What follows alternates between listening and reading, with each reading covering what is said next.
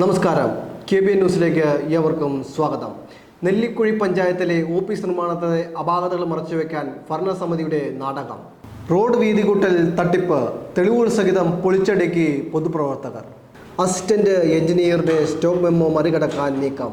ഭീഷണിക്കും വഴങ്ങാതെ engineering വിഭാഗം. Town planning ചൂണ്ടിക്കാട്ടിയ 13 അപാകതകൾ പരിഹരിക്കാതെ നിർമ്മാണം നടക്കില്ല. വിജിലൻസ് അന്വേഷണം വരുന്നതോടെ പദ്ധതി ഉപേക്ഷിക്കേണ്ടി വരുമെന്ന് വിദഗ്ധർ. നെല്ലിക്കുഴി ഗ്രാമപഞ്ചായത്ത് ഓഫീസിലെ മന്ദിര നിർമ്മാണത്തിലെ ഗുരുതര അപാകതകളും അഴിമതിയും മറച്ചുവെക്കാൻ ഭരണസമിതിയും പഞ്ചായത്ത് സെക്രട്ടറിയും ചേർന്ന് നടത്തുന്ന ജനങ്ങളുടെ കണ്ണിൽ പൊടിയിടുന്ന നാടകങ്ങൾ പൊളിച്ചടുക്കി പൊതുപ്രവർത്തകർ.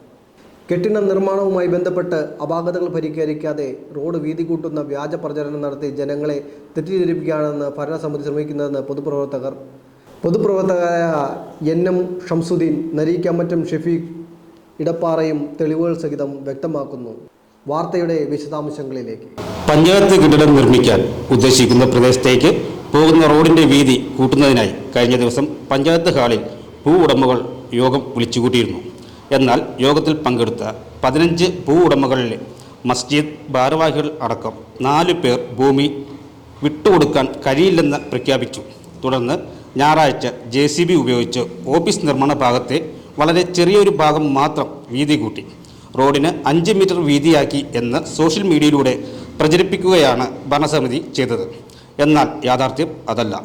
ആലുവ മൂന്നാർ റോഡിൽ നിന്നും ഈ ഭാഗത്തേക്ക് പോകുന്ന തുടക്കത്തിലെ 4 ഭൂ ഉടമകൾ ഇപ്പോഴും സ്ഥലം നൽകിയിട്ടില്ല. ഭരണസമിതിയിലെ ചിലർ മുൻകൈയെടുത്ത് ഇവരുടെ സ്ഥലത്ത് 1.5 അടിയോളം കയറ്റി അടിച്ച അതിരുകുറ്റികൾ ഉടമകൾ തന്നെ പിഴുത് എറിയുകയായിരുന്നു. മുൻ ഭരണസമിതി 6 മീറ്റർ വീതിയാണ് റോഡിന് ഏറ്റെടുക്കാമെന്ന വ്യവസ്ഥയിൽ മുൻപ് സെക്രട്ടറിക്ക് കത്ത് നൽകിയിരുന്നത്. എന്നാൽ നിലവിലെ ഭരണസമിതി അത് 5 മീറ്ററാക്കി ചുരുക്കാൻ ശ്രമിച്ചിട്ടും ഇത് പൂർത്തിയാക്കാൻ കഴിഞ്ഞിട്ടില്ല. ടേപ്പ് പിടിച്ച് അളന്നു നോക്കിയാൽ റോഡിൻ്റെ തുടക്കത്തിലുള്ള 150 മീറ്ററോളം ഭാഗത്ത് കഷ്ടിച്ച് 14 അടി, അതായത് 15 അടിയിൽ താഴെ മാത്രമാണ് വീതിയുള്ളത്.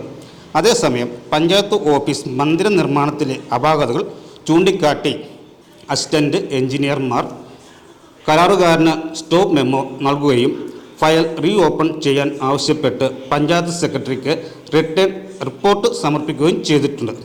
തുടർന്ന് സെക്രട്ടറിയുടെ ഭാഗത്തു നിന്ന് ഭീഷണിയുടെ സ്വരത്തിൽ മെമ്മോ ലഭിച്ചിട്ടും സ്റ്റോപ്പ് മെമ്മോ പിൻവലിക്കാൻ അസിസ്റ്റന്റ് എഞ്ചിനീയർ തയ്യാറായിട്ടില്ല എന്നത് ശ്രദ്ധേയമാണ്. ടൗൺ പ്ലാനിംഗ് വിഭാഗം കണ്ടെത്തിയ 13 ഗുരുതര അപാകതകൾ പരിഹരിക്കാതെയും അഴിമതി പുറത്തു കൊണ്ടുവരാതെയും നിർമ്മാണ പ്രവർത്തനങ്ങളുമായി മുന്നോട്ടു പോകില്ലെന്ന ഉറച്ച നിലപാടിലാണ് എഞ്ചിനീയറിംഗ് വിഭാഗം. ഇതിനിടയിൽ മുൻ ഗ്രാമപഞ്ചായത്ത് അംഗം അലി പടിഞ്ഞാറച്ചാലിൽ വിഷയത്തിൽ ഇടപെടുകയും panchayat director, principal secretary, chief engineer, town planning office, വായ്പ നൽകിയ bank, town planning vigilance, internal vigilance, fire and rescue തുടങ്ങിയ ഉന്നത അധികാരികൾക്ക് പരാതി നൽകുകയും ചെയ്തിട്ടുണ്ട്.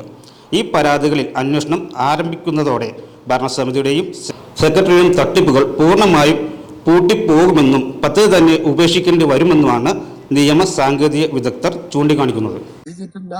അവരൊന്ന് കൊണ്ടുവന്ന് ഇത് കാണിച്ചിട്ടില്ല എന്നുള്ളതാണ് ഇതിന്റെ ഒരു വസ്തുത. ഇത് എത്രത്തോളം യോഗ്യമാണ് എന്ന് അവരുടെ ഒരു വിലയിരുത്തലോടെ കൂടി ചെയ്തിട്ട് വേണം അവർ ഈ ഒപ്പിട്ട് കൊടുക്കാനും കൈപ്പൊക്കാനും മറ്റേ 8 വീട്ടിൽ പിള്ളമാർ പറയുന്നത് കേട്ടുകൊണ്ട് ഇതിനു വേണ്ടി ഒത്താശ ചെയ്ത് കൊടുക്കാനുള്ളതാണ്. കെട്ടിട നിർമ്മാണവുമായി ബന്ധപ്പെട്ട അപാകതകൾ പരിഹരിക്കാതെ റോഡിന് വീതി കൂടുന്ന വ്യാജ പ്രകടനം നടത്തുകയാണെന്ന് പൊതുപ്രവർത്തകരായ NM ഷംസുദ്ദീനും ഷെഫീഖ് ഇടപ്പാറയും തെളിവുകൾ സഹിതം ആരോപിക്കുന്നു. മറ്റൊരു വാർത്തയുമായി വീണ്ടും കാണാം.